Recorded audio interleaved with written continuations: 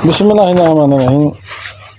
آج کی ویڈیو کا عنوان ہے کہ اذان کے وقت کتے کیوں روتے ہیں۔ اکثر آپ نے دیکھا ہوگا کہ جب اذان ہو رہی ہوتی ہے نا تو کتے بھونک رہے ہوتے ہیں، آوازیں نکال رہے ہوتے ہیں، روتے ہیں۔ آج کے اس ویڈیو میں ہم آپ کو بتانے والے ہیں کہ اذان کے وقت کتے کیوں روتے ہیں۔ آپ نے دیکھا ہوگا کہ فجر کی اذان کے وقت بہت زیادہ کتے روتے ہیں، تو ان کی کیا وجہ ہے، کس وجہ سے کتے روتے ہیں۔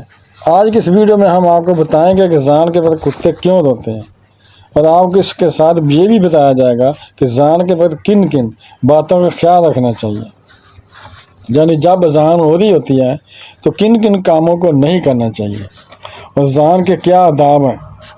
آپ کو اذان کے آداب بھی بتائے جاتے ہیں، ہر چیز کے آداب ہوتے ہیں، اور یہ بھی ہم آپ کو آج کی اس ویڈیو میں بتانے والے ہیں کہ تو بہن بھائیوں، بیٹے تو بیٹیوں، بہت ہی پیاری ویڈیو ہونے والی ہے۔ آپ لوگوں سے گزارش ہے کہ آپ اس ویڈیو کو آخر تک ضرور دیکھیں تاکہ آپ کو ساری سمجھ آ جائے۔ ویڈیو شروع کرنے سے پہلے اگر آپ ہمارے چینل پر نئے ہیں تو چینل کو سبسکرائب کر دیں اور بیل کو دبا کر آل پر کلک کر دیں تاکہ آنے والی اچھی سی ویڈیو آپ کو ملتی رہیں۔ ہر کوئی یہ جاننا چاہتا ہے کہ کیا وجہ ہے کہ اذان شروع ہوتے ہی کتے کیوں رونے شروع ہو جاتے ہیں اور اذان ختم ہوتے ہی چپ ہو جاتے ہیں، اور خاص کر فجر کی اذان پر ہی ایسا ہوتا ہے۔ تو چلیں بتاتے ہیں آپ کو اس کی وجہ کیا ہے۔ اللہ تعالیٰ نے جانوروں کے اندر ایک ایسی چیز، ایسی طاقت عطا فرمائی ہے جو ہم انسانوں کو نہیں دی ہے، جبکہ اللہ تعالیٰ نے انسانوں کو اشرف المخلوقات بنایا ہے، یعنی کہ تمام مخلوق میں سب سے بہتر مخلوق بنایا ہے، لیکن اللہ تعالیٰ نے انسان کو وہ طاقت نہیں دی جس سے وہ انسانوں یا پھر چلتے پھرتے شیطان یا بلاؤں مصیبتوں کو دیکھ سکیں، لیکن یہ جانور انہیں دیکھ سکتے ہیں، اور بے زبان ہونے کی وجہ سے وہ انسان کو نہیں بتا سکتے، اس لیے وہ ایسی آوازیں نکال کر انسانوں کو خبر کرنے کی کوشش کرتے ہیں کہ جیسے ہی اذان شروع ہوتی ہے، خاص کر فجر کی اذان، تو جتنے بھی شیطان اور بلائیں ہوتی ہیں وہ رات کے وقت زیادہ نکلتے ہیں، اور اذان کی آواز سنتے ہی وہ تمام شیطان اور بلائیں وہاں سے بھاگنا شروع کر دیتے ہیں۔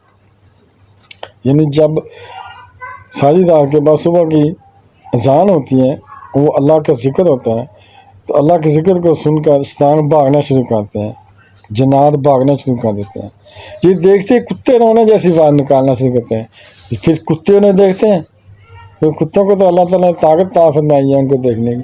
جب وہ شیطان بھاگتا ہے نا تو کتے پھر روتے ہیں، یعنی کتے ایسی آوازیں نکالتے ہیں، وہ انسان کو سمجھانے کی کوشش کرتے ہیں، جسے جنات ہیں جو بھاگ رہے ہیں، مگر انسان نہیں سمجھ سکتا۔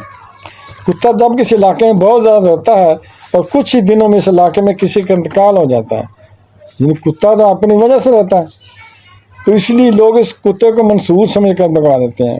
لوگ کہتے ہیں اس کی وجہ سے بھونکتا تھا نا، اس کی وجہ سے فلاں بندہ فوت ہو گیا، ہمارا پڑوسی یا فلاں بندہ فوت ہو گیا، جو منحوس کتا ہے اسے بگا دیتے ہیں۔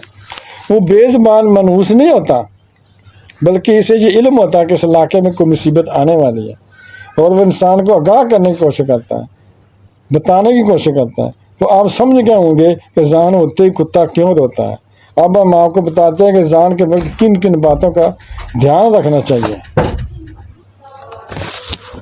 نمبر 1، اذان کے دوران بات چیت کرنا، اذان کے دوران بات چیت نہ کریں۔ نمبر 2، اذان ہو رہی ہو تو سلام بھی نہیں کرنا چاہیے۔ نمبر 3، اذان کے وقت کوئی سلام کرے تو جواب بھی نہیں دینا چاہیے۔ نمبر 4، اگر قرآن کی تلاوت بھی کر رہے ہو تو پھر بھی اذان کے وقت خاموش ہو جائیں، یعنی اذان کے وقت ہر کام چھوڑ دیں، خاموشی سے سنیں، بلکہ ان کو دہرائیں، ان کے الفاظ کو۔ نمبر 5، اذان کا ادب کرنے والوں پر اللہ تعالیٰ، یعنی اذان کا ادب نہ کرنے والوں پر اللہ تعالیٰ سخت عذاب دے گا۔ نمبر 6، اذان کو غور سے سنیں، اس کلمے کو دہرائیں، یعنی جو وہ پڑھ رہا ہے مؤذن، اس کو آپ بھی دہرائیں اس کے پیچھے پیچھے۔ نمبر 7، اگر راستے میں اذان شروع ہو جائے تو ٹھہر جائیں۔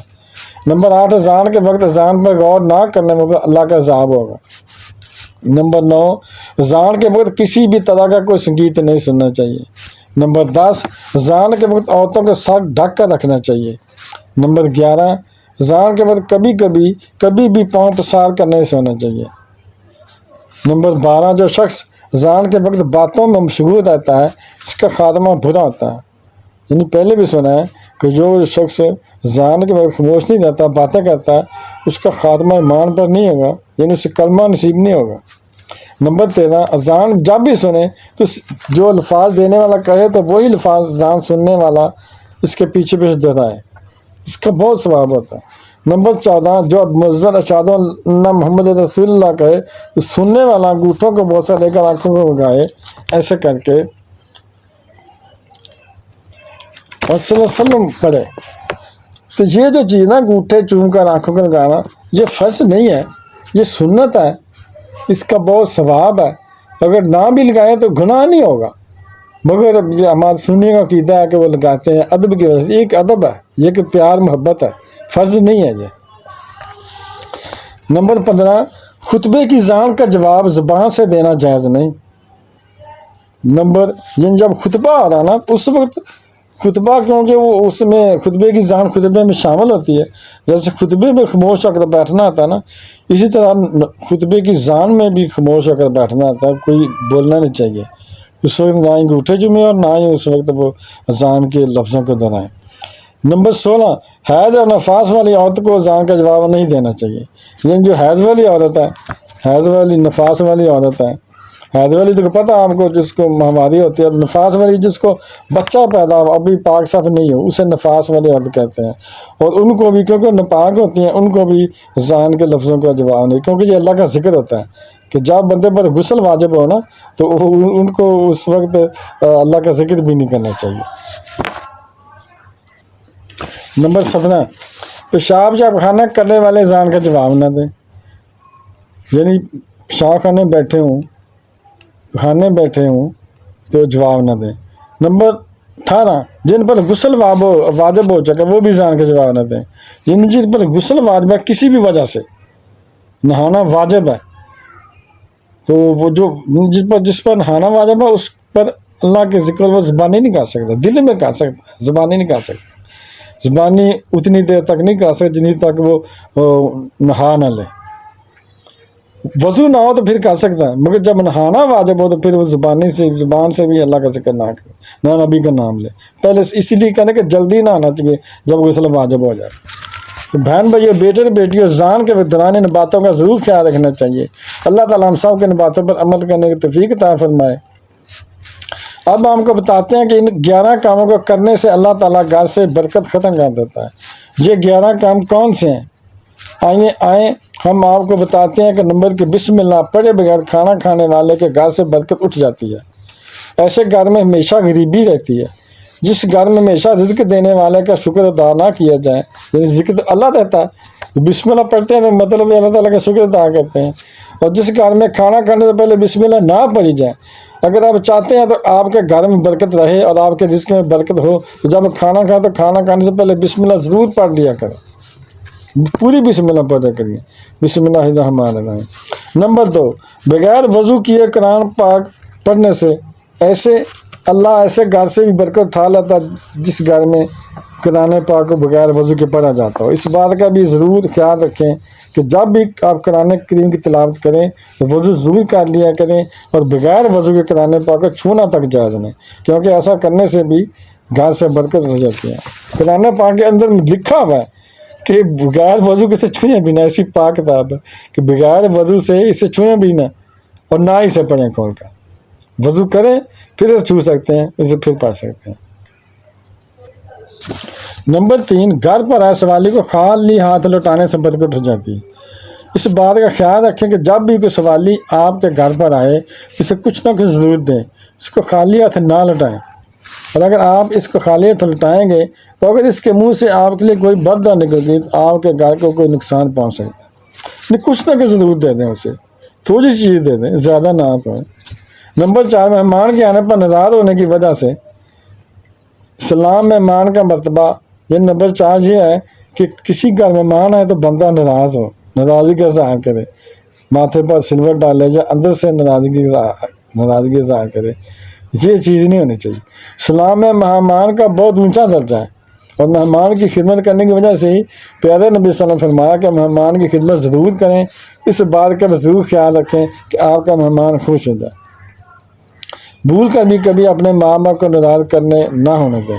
یعنی یہ بھی ہے کہ اپنے ماں باپ کو ناراض نہ ہونے دیں، بھول کر بھی نہ ناراض ہونے دیں، کیونکہ ماں باپ کی بد دعا یا دعا اللہ تعالیٰ کی بار بار بہت جلد قبول ہوتی ہے۔ نمبر 5، آمدنی سے زیادہ خرچ کرنے والے کے گھر سے، یعنی فضول خرچی کرنا اللہ کو ناپسند ہے، اس لیے آپ اتنا ہی خرچ کریں جتنی آپ کی آمدنی ہو۔ اگر آپ اپنی آمدنی سے زیادہ خرچ کریں گے تو اللہ تعالیٰ آپ کے گھر سے برکت ختم کر دے گا اور آپ کے گھر میں ہمیشہ غریبی بنی رہے گی۔ نمبر 7، صبح دیر تک سونے والے کے گھر سے، اللہ تعالیٰ ایسے گھر سے برآمد کے فرشتوں کو دور کر دیتا ہے جس گھر میں صبح سورج نکلنے تک سویا جاتا ہو۔ اس لیے اگر آپ چاہتے ہیں کہ آپ کے گھر میں برکت ہو تو آپ کو چاہیے کہ صبح فجر کی اذان سے پہلے اٹھ جائیں اور فجر کی نماز پڑھیں۔ نمبر 8، 40 دن سے زیادہ زیر ناف بال رکھنے کی وجہ سے، اگر کوئی شخص زیر ناف بالوں کو 40 دن سے پہلے صاف نہیں کرتا تو اللہ تعالیٰ اس عمل کو ناپسند فرماتا ہے اور ایسے شخص کے گھر سے بھی اللہ تعالیٰ برکت اٹھا لیتا ہے۔ نمبر 9، اولاد کو کوسنے کی وجہ سے، جو شخص اپنی اولاد کو کوستا رہتا ہے یعنی ان کو گالیاں دیتا رہتا ہے، اور خاص طور پر جو شخص اپنی بیٹی کو گالی دیتا ہے تو اللہ تعالیٰ ایسے گھر سے بھی برکت ختم کر دیتا ہے اور ایسے گھر میں بھی ہمیشہ غریبی بنی رہتی ہے۔ نمبر 10، مغرب اور عشاء کے درمیان سونے کی وجہ سے، اللہ نے عشاء اور مغرب کے درمیان سونے سے بھی منع فرمایا ہے۔ اس لیے بہن بھائیو، بیٹے بیٹیوں، اگر آپ چاہتے ہیں کہ آپ کے گھر میں برکت ہو تو کبھی بھی بھول کر مغرب اور عشاء کے درمیان نہ سوئیں۔ نمبر 11، قرآن پاک کی تلاوت نہ کرنے کی وجہ سے، جس گھر میں قرآن پاک کی تلاوت نہ ہوتی ہو تو اللہ تعالیٰ ایسے گھر کو بھی ناپسند کرتا ہے اور اللہ ایسے گھر میں بھی ہمیشہ غریبی بنائے رکھتا ہے۔ یہ وہ 11 احکام ہیں جن کے کرنے سے اللہ تعالیٰ گھر سے برکت اٹھا لیتا ہے اور ایسے گھروں میں ہمیشہ غریبی رہتی ہے۔ اگر آپ چاہتے ہیں کہ آپ کے گھر میں برکت ہو اور آپ کا گھر غریبی اور پریشانی سے بچا رہے تو ان 11 کاموں کو کبھی بھی بھول کر نہ کریں۔ اللہ تعالیٰ ہمیں دین کو سمجھنے کی توفیق عطا فرمائے۔ آمین ثم آمین رب العالمین۔ اگر بہن بھائیو، بیٹے بیٹے، اگر آپ کو ویڈیو اچھی لگی تو صدقہ جاریہ سمجھ کے آگے شیئر بھی کر دیں، اور ابھی تک اگر آپ نے میرے چینل کو سبسکرائب نہیں کیا تو لازمی کر دیں اور بیل کو دبا کر آل پر کلک کر دیں تاکہ میری آنے والی اچھی سے اچھی ویڈیوز آپ کو ملتی رہیں۔ چلو ملتے ہیں نیکسٹ ویڈیو میں۔ السلام علیکم، خدا حافظ۔